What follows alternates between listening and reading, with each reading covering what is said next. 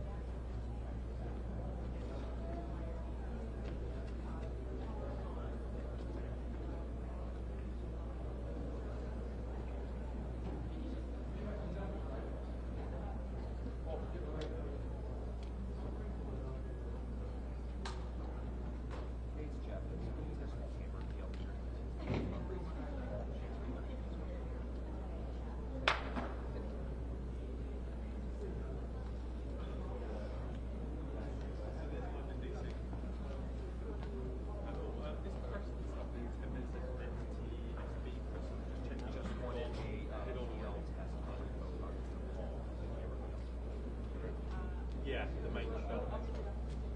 I haven't switched anything or done anything. I just went through I'll check again. I don't think it's coming through the search of the main thing or something like that.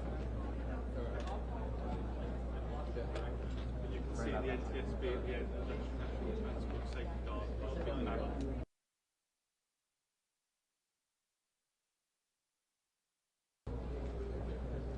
A quick mic check. 1, 2, 3. Quick mic check.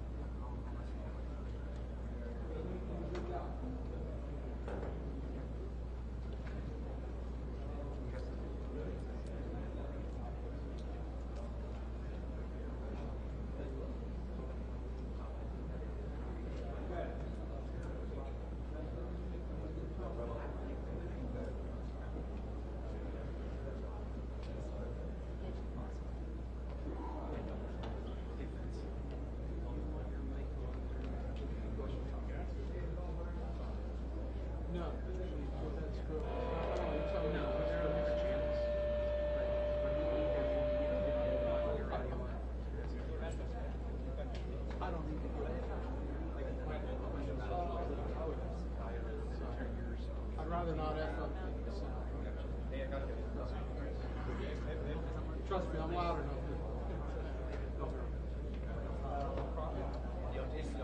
Yeah. What's that? Nobody's done that since my daughter preschool.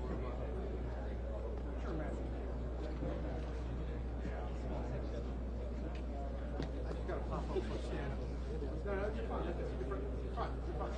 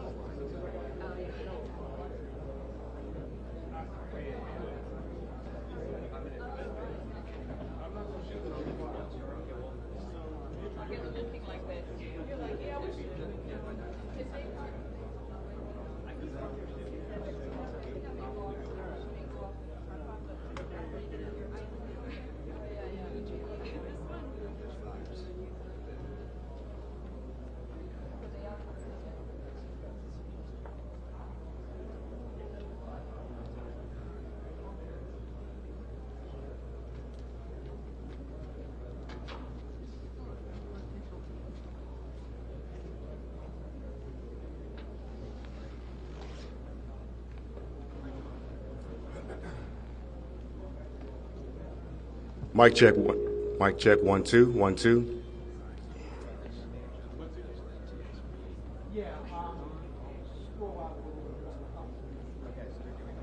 Mic check. 1 2 1 2. Mic check. 1 2 1 2 3 1 1 1 2 1 2 1 2 1.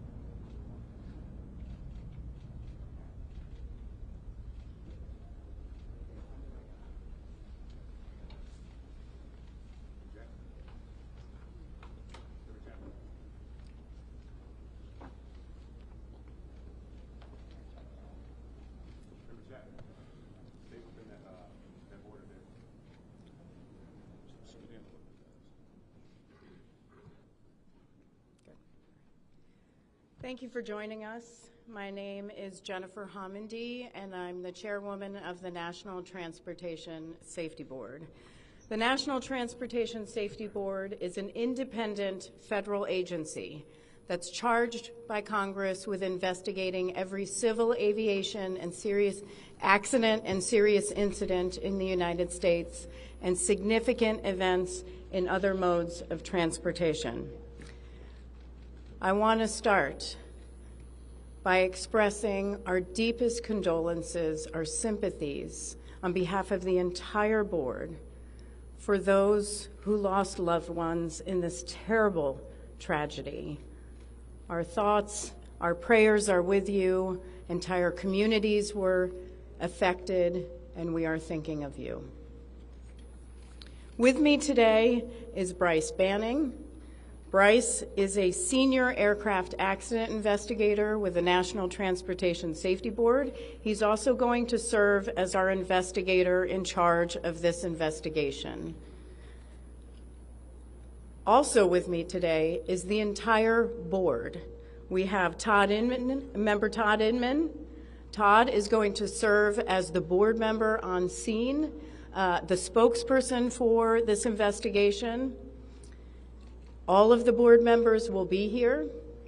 We have Vice Chairman Alvin Brown, member Mike Graham, who lived in Wichita for 20 years, and we also have member Tom Chapman. The NTSB's headquarters is just a mile from here. And so we are all here because this is an all-hands on-deck event. And we're here to assure the American people that we are going to leave no stone unturned in this investigation. We are going to conduct a thorough investigation of this entire tragedy, looking at the facts. Now, with that, I want to level set. When we go to the scene, and we were here last night, we allow the responders to do their important safety mission, which in this case was search and rescue and recovery. We stand back to allow them to do their important safety mission.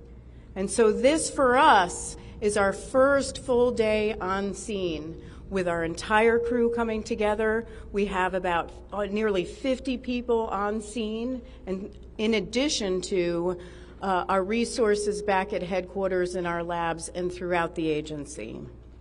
So with that said, we are not going to get into specific facts in this press conference. I want to level set here. We're going to get into our investigative process. As we are able to confirm factual information, we will provide that. I do want to say this is a whole of government effort. I was able to brief, along with others, the President of the United States and the Vice President this afternoon. I want to thank them for their leadership, for their tremendous support of the NTSB, for our investigators, and for the responders that are on scene doing an important mission. I also want to thank Secretary Sean Duffy, who I was communicating with early on after we first got word of this tragedy. We've been working together throughout the day, along with his team at the DOT and within FAA. I also want to thank Secretary Pete Hegseth, who was also integral in working with us today. Chris Rocheleau, the acting administrator of the Federal Aviation Administration. We've heard from many members of Congress on both sides of the aisle, and so I will say this is a tremendous, one more time, whole of government effort. I also want to take a moment and thank the many, many responders that have been on scene. It has been an incredible effort. And I will have a full list that I will provide, that we will provide tomorrow, but I do want to thank them for all their work. With that, I'm going to turn it over to Member Inman for additional remarks.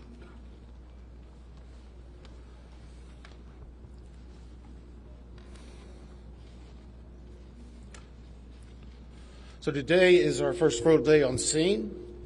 Our investigative team will be on scene as long as it takes in order to obtain all of the perishable evidence and all of the fact-finding that is needed to bring us to a conclusion of probable cause. Our mission is to understand not just what happened, but why it happened, and to recommend changes to prevent it from happening again. Since we're just beginning our investigation, we don't have a great deal of information to share right now. We will keep you informed by giving regular updates as we learn more. Our intention is to have a preliminary report within 30 days, and the final report will be issued once we've completed all of our fact-finding and investigation. Now, we will not be determining the probable cause of the accident while we are here on scene, nor will we speculate about what may have caused this accident. Today, we will be going and having an organizational meeting and establishing our parties to our investigation. We currently have the following parties that are already identified: PSA Airlines, GE Aerospace, Sikorsky, FAA, NACTA, which represents the air traffic controllers, ALPA, which represents the pilots, Army, AFA, which represents the flight attendants. The Transportation Safety Board of Canada will be an accredited representative under Annex 13 of ICAO. They will be supplemented by MHIRG as a technical advisor. They were previously known as Bombardier.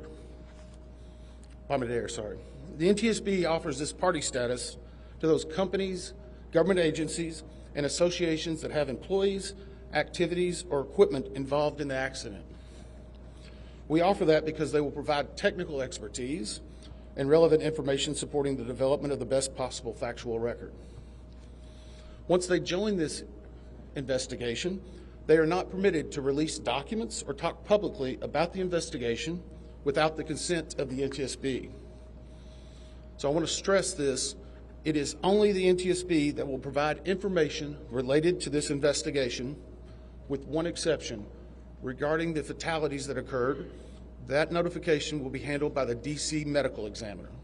We will not be discussing fatalities or names. That will be handled by them as the proper authority. So we want to talk a little bit about our process. We will analyze the facts and determine the probable cause of the accident, and then issue a report of those determinations. I also want to talk a little bit about some additional people that are here with us, and they're very important to us, and that is our family assistance group. Later today, we will be briefing the families.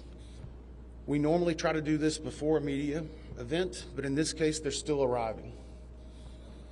Our family assistance specialists are already working closely with local officials and others to help assist them in their efforts to support everyone that's affected by this accident. And let me just reiterate what the chair said.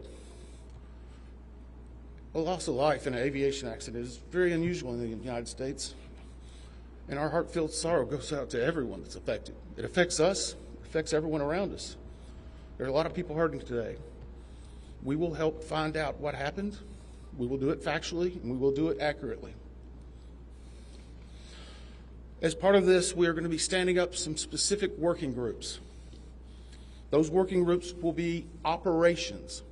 They will be looking at the history of the accident flight and crew members' duties for as many days before the crash as appears relevant. We will be forming a structures group, which will be the documentation of the airframe wreckage and the accident scene, including calculation of impact angles to help determine the plane's pre-impact course and altitude.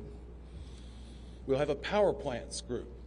They will do the examination of the engines and the engine accessories. We'll have a systems group.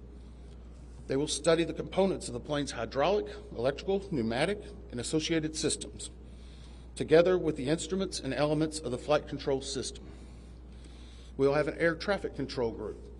They will do reconstruction and review of air traffic control systems provided to and including acquisition of pertinent flight track surveillance information, what you might typically think of as radar or ADSB, along with controller pilot communications.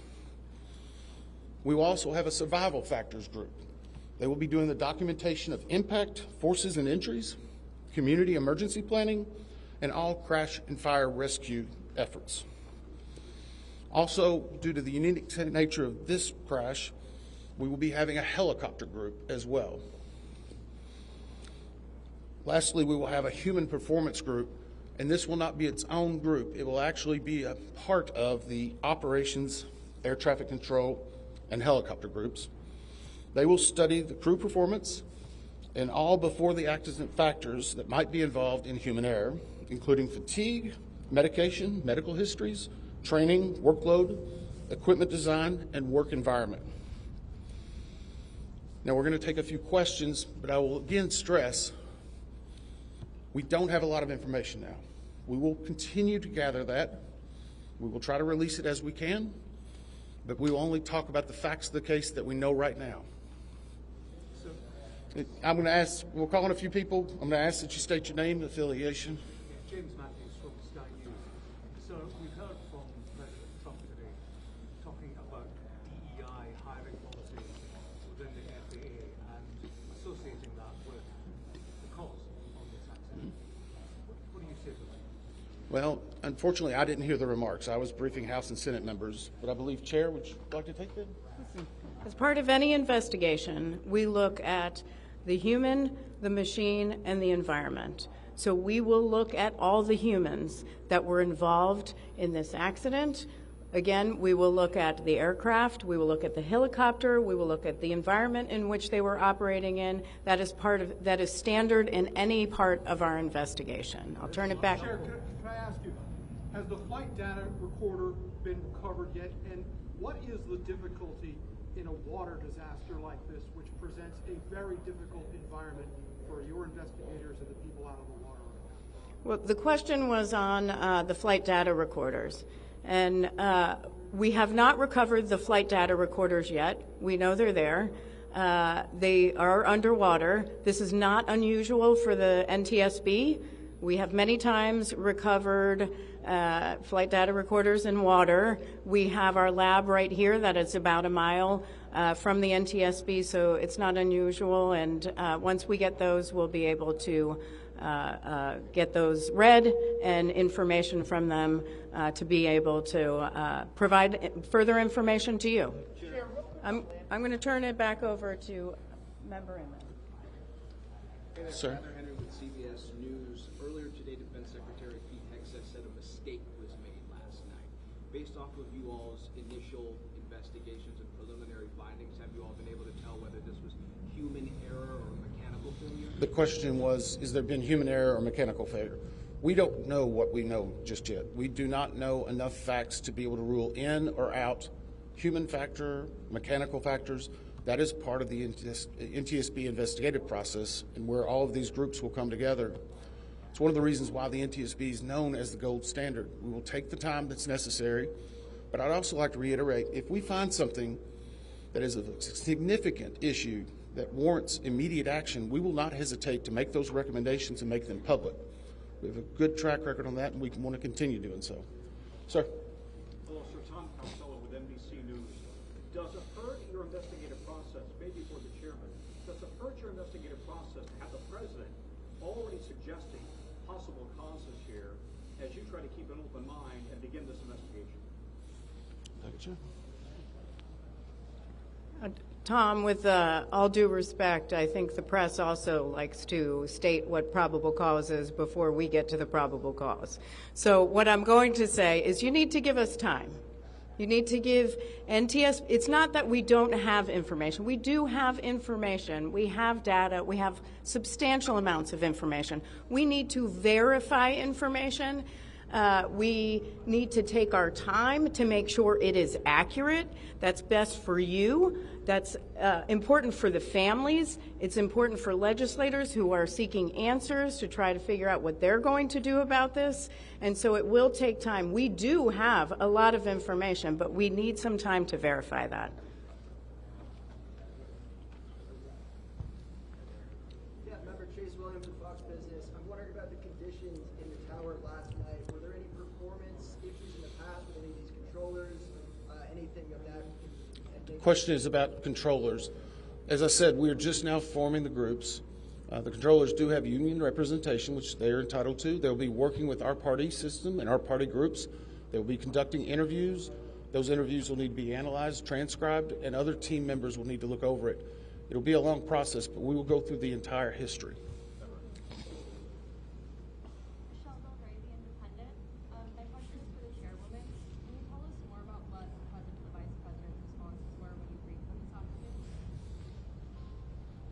Sure. So the question was about my briefing for the president and the vice president. As is standard, we offer briefings on our process and what we know, and this was a briefing with the president and vice president and with Secretary Duffy and Secretary Hegseth and also the acting administrator of the FAA. There was discussion on what we know so far and our process, and that was about it.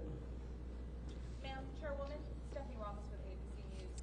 Similar to Tom Costello's question, the president has stated what may have caused the crash, stating common sense. Does that affect your progress at all at this early stage? Yeah, so the NTSB, we conduct an important safety mission where we take a very careful approach. I'm sorry, the question was on speculating during investigations, which is we often hear about. What I will say is we look at facts on our investigation, and that will take some time. And at some point, we'll be able to provide that factual information, as Member Inman said, and provide that hopefully tomorrow.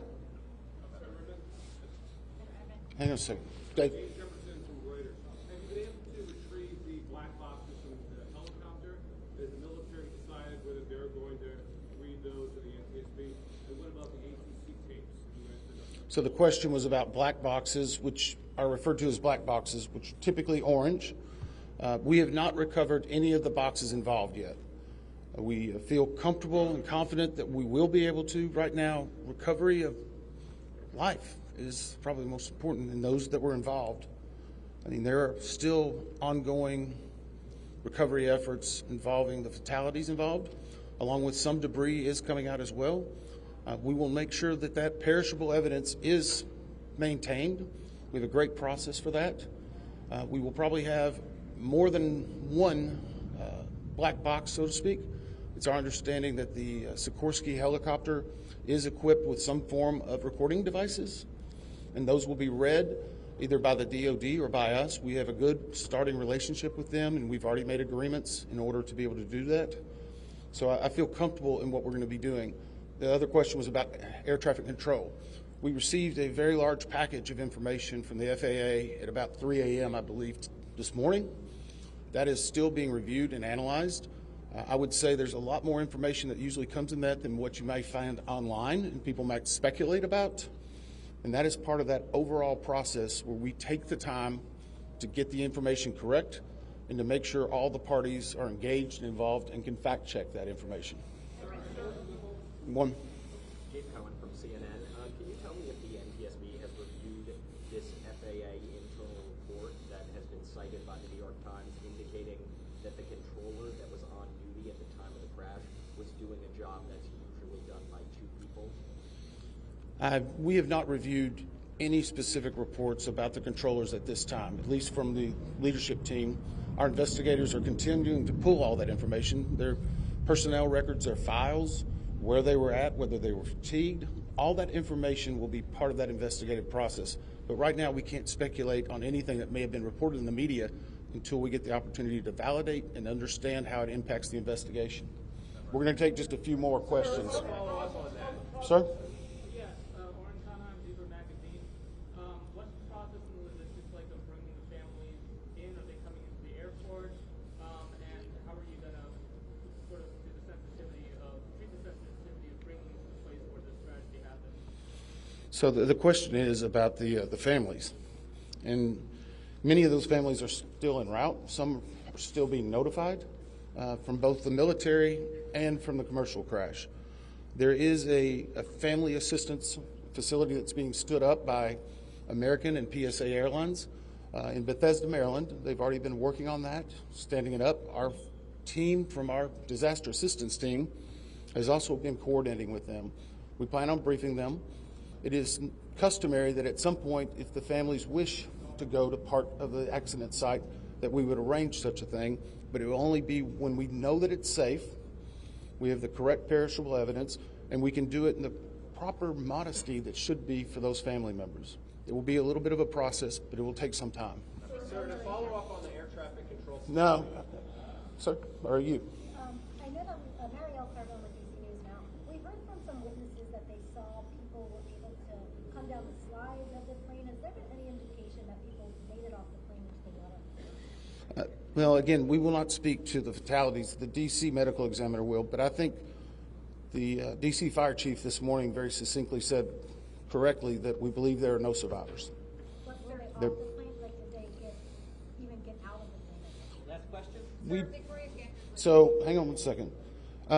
Right now, we're going through the debris fields.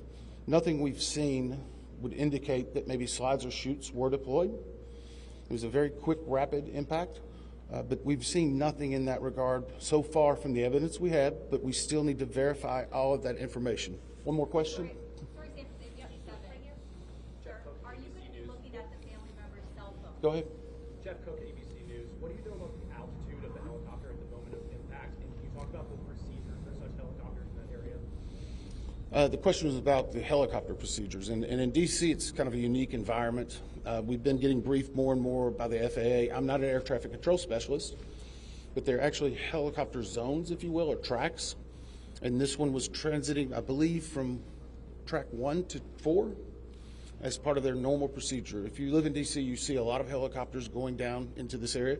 So there's a very well-defined system in that regard. As far as altitude, until we get the additional information, we can't validate or basically corroborate any of that until we get more of the electronic data and the data that's on the plane.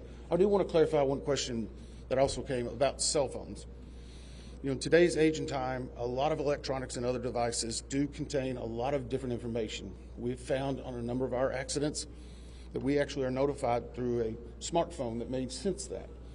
As part of our process, we will obviously treat all of the effects of the deceased with dignity. We are already starting to pull that information together. If we feel that it's necessary to find or pull some of that information, we will work with the families and make sure we do it in a manner that's respectful for them and their privacy. But right now, we don't have any plans specifically on that amount, on that area until we need to. Thank you very much.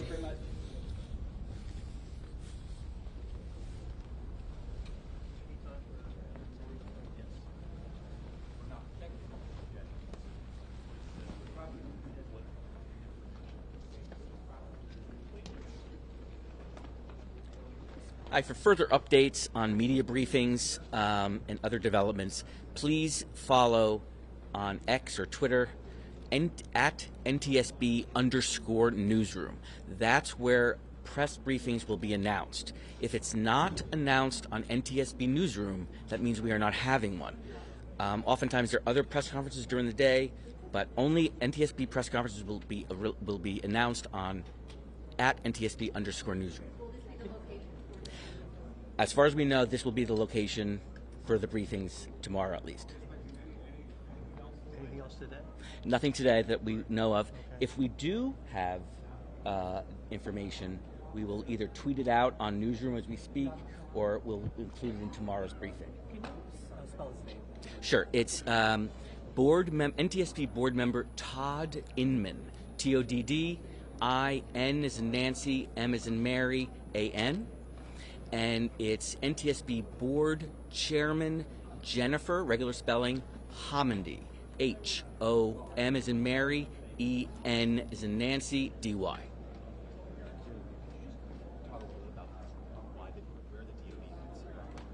No, I can't talk about substance. I'm just logistics. We have no press scheduled tonight. If we do have additional news to announce, it will be on Newsroom Twitter. But definitely tomorrow, probably here. Probably here. Probably around the possibly right at the same time. Once again, please do not call media relations to ask about the status of press conferences. Everything will be announced on @NTSB_newsroom. Thank you. My name is Frank. Nice Oh, Frank, thanks. Thanks. I'm sorry to text you about the press conference. No problem. No problem. How you doing? You have a card? Yeah. Oh, thank you. Just don't flood the lines. I'm sorry? Don't flood the lines. It would be all online. Yeah. We're not holding a press conference that's not announced on newsroom. Thank you. That's it. Hey, you brought out a card, so I can give you mine. Great. Can Thanks. I just take a note of your Sure. number? It's it's just media relations at ntsb.gov, and that will go into our intake. That goes to a live person who will then sort it out to the available. I appreciate that. I'm not going to bombard you. No problem. Is it possible to take the number that was on the card that you gave out for you? Yeah, that's for me, but I'm just a man. I mean, we have our whole team is set up to answer media relations. I mean, I'm not checking it every minute. No, I appreciate it. So I would just suggest media relations at ntsb.gov. Would it be possible to get a number though? I mean, I will use that as a 202. Yes. 314. Yes. 6100. Okay, I have that. And your last name? Weiss. Thank you. Eric, on background, would it be worth looking at the normal routes that military helicopters take around here? And Yeah, trying to match it up with what actually... I mean, that's it's a logical question. That's information out there. Yeah. Any other things that we should be looking at? I'm not asking you to tell us what happened, but if you had our jobs, what would you be looking at? Questions you'd be asking? I think all the good questions were answered. We don't have a lot of investigation information today, but tomorrow, that'll start going, and once we get the black boxes, then that'll be a data. I didn't quite understand. Why don't you have the black boxes? If the thing is, particularly the plane is in waist deep water. Yeah. I mean, I know it's murky, but yeah. Remember, we're trying to do it as accurately, responsibly, safely, and so it's an underwater, extraction. And yeah, we could do it now, but we have time. It's there. It's not going. We want to do everything in the proper way. In terms of disturbing the sea. Yeah, just collecting that, making sure that every activity, recording the recorders, bringing back the recorders, is done properly and with the least amount of risk to the data. But you don't have any concern about not finding it. Hi, Cameron Keegan on Scripps News. Hey, how are you?